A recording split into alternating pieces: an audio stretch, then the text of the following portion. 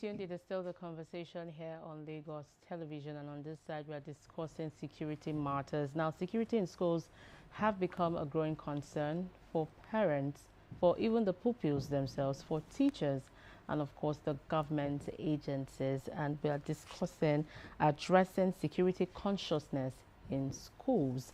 And joining us on the conversation this morning to examine this topic, we are joined by Comrade Samuel Odewande. I rehearsed that in my head.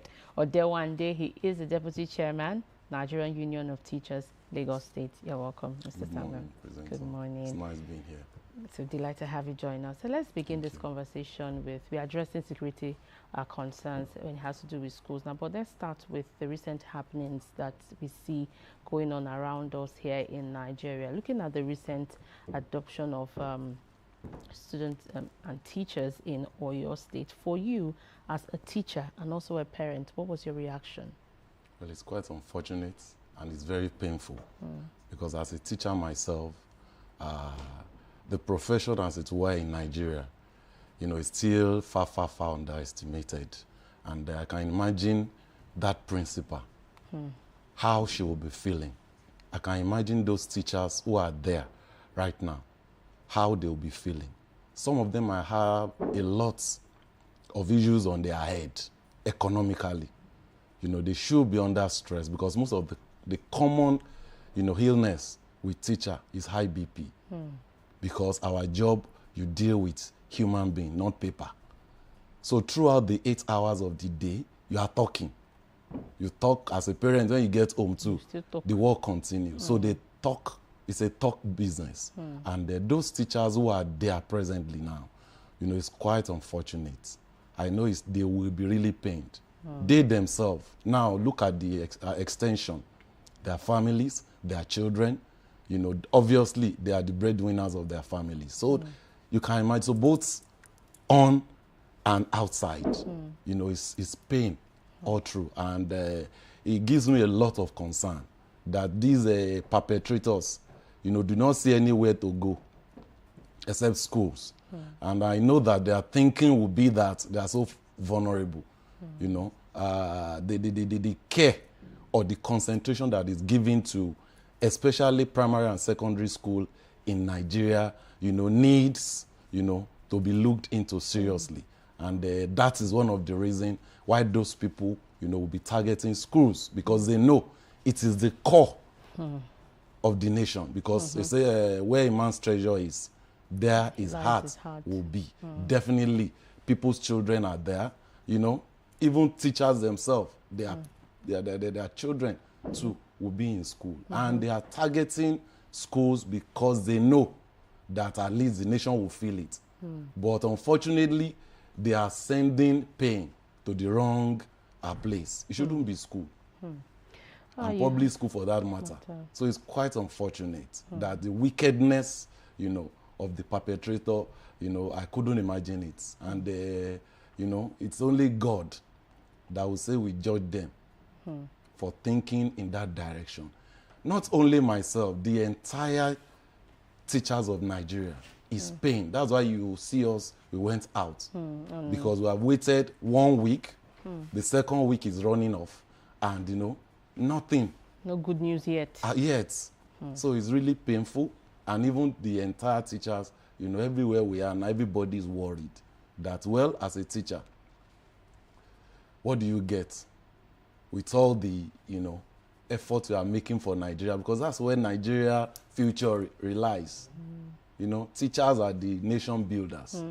And, this is what we're getting. I mean, you have said a lot of things that have called for serious, deep thinking. I mean, for everyone, every well-meaning Nigerian who will sit back and just listen to the answers that you have given, it calls for serious, deep thinking. And now with what you have said, riding on what you have said now, there is need for serious security consciousness.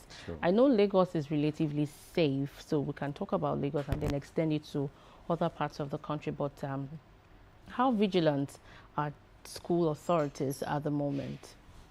Well, presently, I know that school administrators, we are trying our best under the present condition, because nobody You know, we pray that you go out in the morning and you are not able to return safely to your home.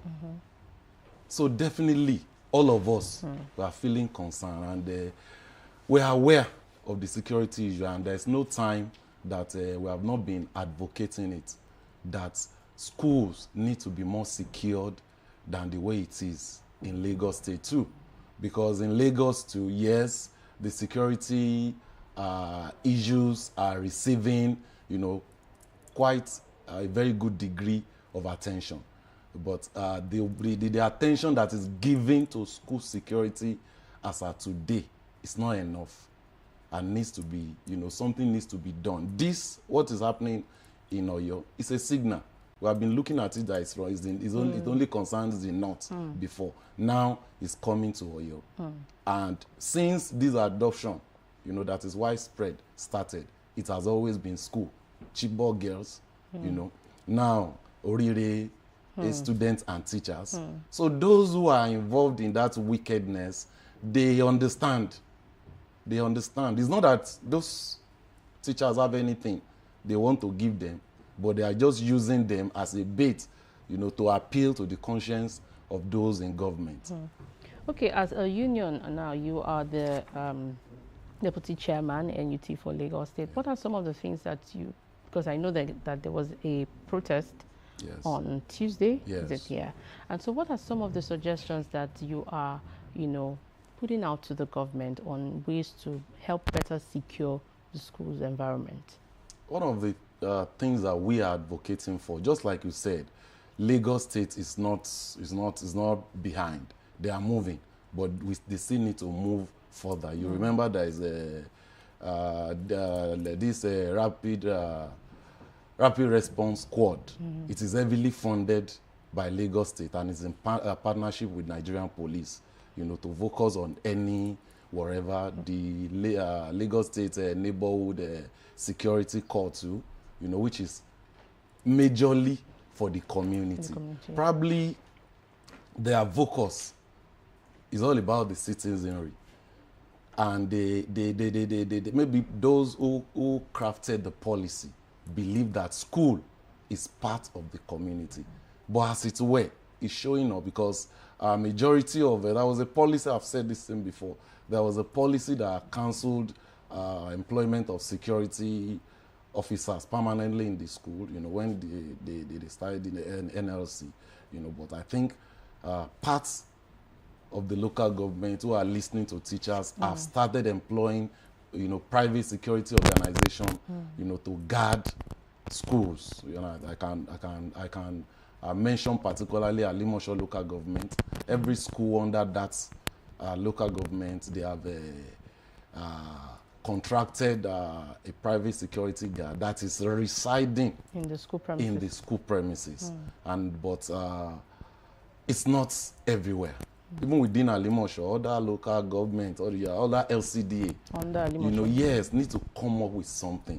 You know, primary and secondary school and security needs fund. You know, I don't know if government, you know, from the security fund Lagos State is generating, there should be a specific percentage that will go to schools, because that's where the children are, especially, you know, who are those that you find in public schools? Average citizen. You know, those who can afford it, they'll take their children to private school. Even though private schools still need to be, you know, protected too, because we are talking here about the future of Nigeria, and you know, everything needs to be taken care of, especially in that direction, so that we'll not keep having this and then keep reacting after it has happened. It is better to be proactive, you know, to have a particular policy, you know, even advocating for training. You know, I was asking, which is true. I said my own answer is no, because I you know, there was this video I watched concerning China. They have training for primary school pupils, at least learning the core of a military attitude. So when anything like that happens, like those who are in the bushes now, I'm very sure they will know next to nothing.